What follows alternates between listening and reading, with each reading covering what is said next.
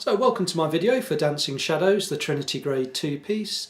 Lots of points to pick up in the piece, but what we'll do, we'll go through a line at a time and let's see if we can find some good solutions in how to play this piece.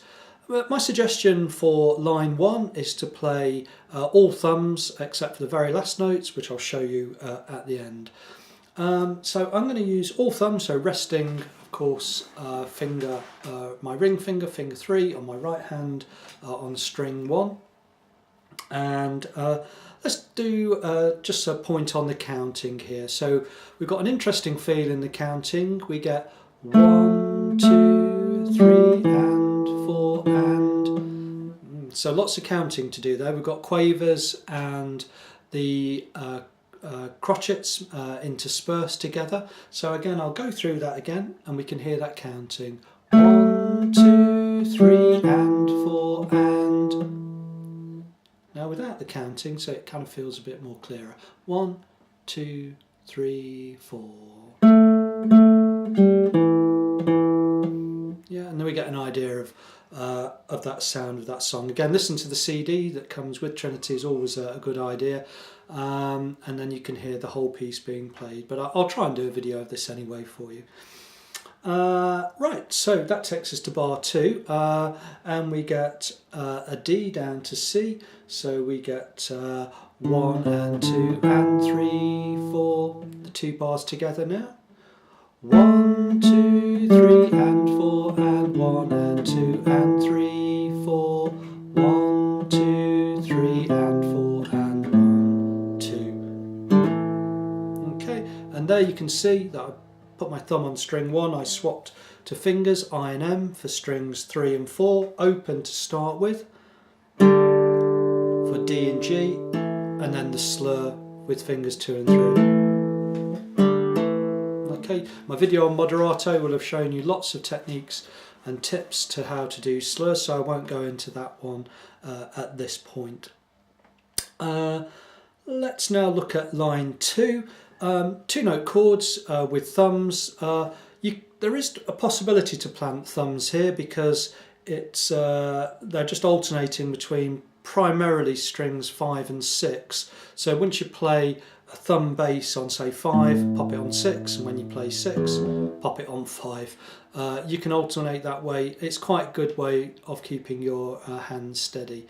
I and M for the 2 fingers, playing on the 2nd and 3rd strings here will help you through.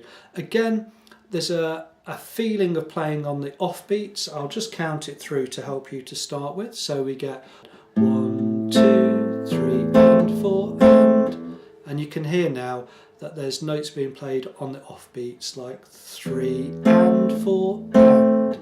So together, 1, 2, 3 and 4 and 1 and 2 and 3, 4. The key point for me here is you can see there's lots of rests. And I think having the rests really clear, so where we play, if for example I go like this, 1, 2, 3 and 4, and what you can hear is that on the 4 I put my I and M back down to mute the A and C. If it just rings on and goes 1, 2,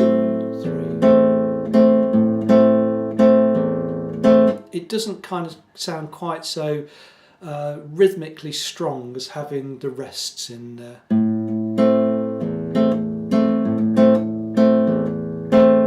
And I think that's the key point for me, is to make sure I and M just go back down to create the rests. Okay, so we get a change then. We get finger 2 on a B and finger 1 on the G sharp on the 1st string, 1st fret.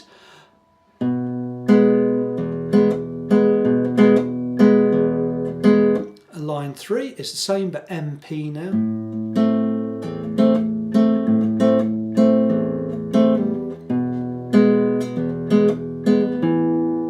So I changed, and I did change my thumb there. I changed to the D in bar 12, the E in bar 12 with my thumb. Hold that, 1, 2, 3 and 4 and. Okay, F marcato. Marcato means accented or emphasised, so we get a slur, and we really want to hear this slur. You see what I'm doing? doing, going to the next string, 3 and 4 and 1. Okay, so all thumbs on that little run there, only the E to the D slurred. That takes us to bar 13. You could use I and M's again if you want to for the high notes, there's no problem there. If you want to use M and A because it's strings 2 and 1, that's fine. I'm never quite sure, I just kind of swap and change how I feel. It doesn't matter too much, just make sure whatever pattern you use, I and M or M and A for strings 2 and 1, just stick to it so that you don't get confused. I'll do I and M this time. So we get, it's just a C down this time of course, and finger 2 can go on the E, the middle E on the 4th string, fret 2, and hold that down. You can see there's time marks to nowhere, which means just let it ring on, that's all it means. So we get 1, 2, 3 and 4 and 1, 2, there we go. Our slurs, E to D, even to the G there, I use my thumb, E, D, a G, then my E again, open strings this time, no C there on finger 1, 1, 2, 3 and 4 and 1, 2, now thumbs again, okay, so that's the A to G, E, D, bar 17, 1, 2 and 3 and 4 and 1, 2 and 3 and 4 and all thumbs, and I was only slurring in the correct places. So from bar 17, 1, 2 and 3 and there's my slur, 4 and bar 18, 1, 2 and 3 and 4 and then we get to a B bass, 1, 2, 3 and 4. Okay, so then yeah, this next section is quite interesting. So we start from bar 20, which is the end of the last phrase. 2, 1, 2. Then we get this run of bass notes, 3 and 4 and, okay, so it's just finger 3 hitting the low G, 3 and 4. Okay, that's your hammer-on slur, the ascending slur. Then a little run of notes, P piano, 1, 2, 3. Repeat that phrase. You can see that it's a little crescendo with it.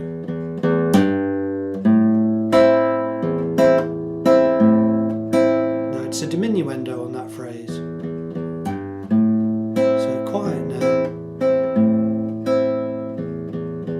Ritando, slow down.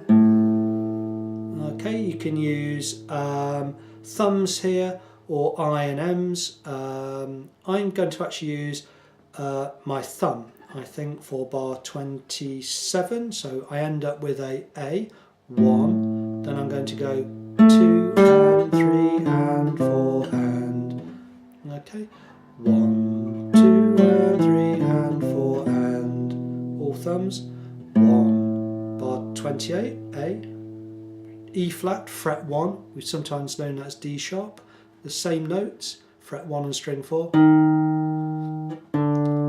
pause on the D. So let's just play that again, bar 28, 1, 2, 3, sorry, 1, 2, 3, then 4 and, okay, that takes us to the last part.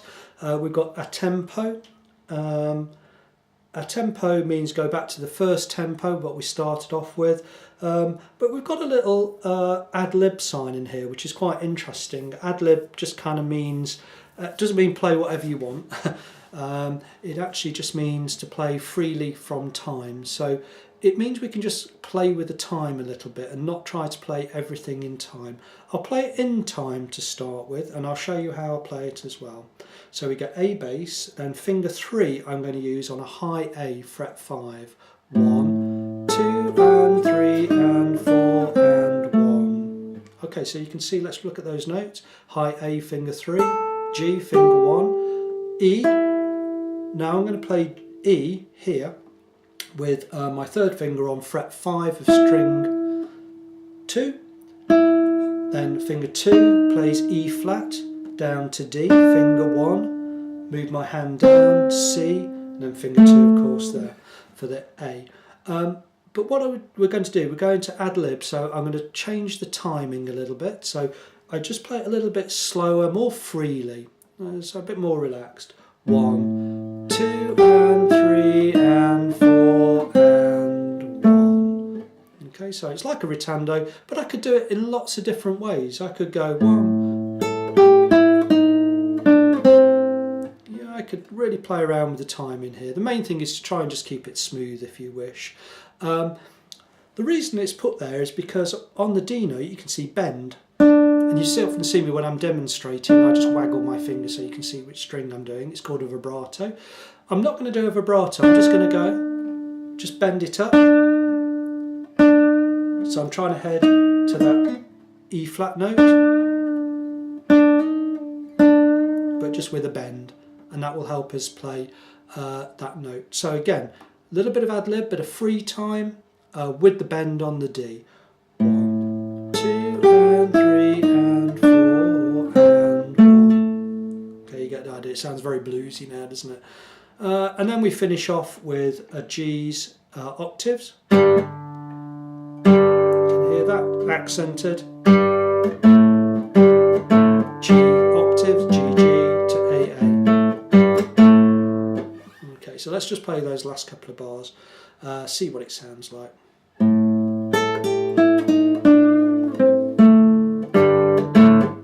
Okay, I put a staccato in the end there, but you're supposed to let that ring on if you're doing a performance. So there you go, there's some pointers there. It's all about the counting. Make sure you get the counts.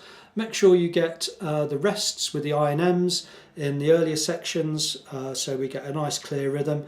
Lots of thumbs for used on all the runs, and also it helps us with the slurs. We get a lot of power there, and good luck with that.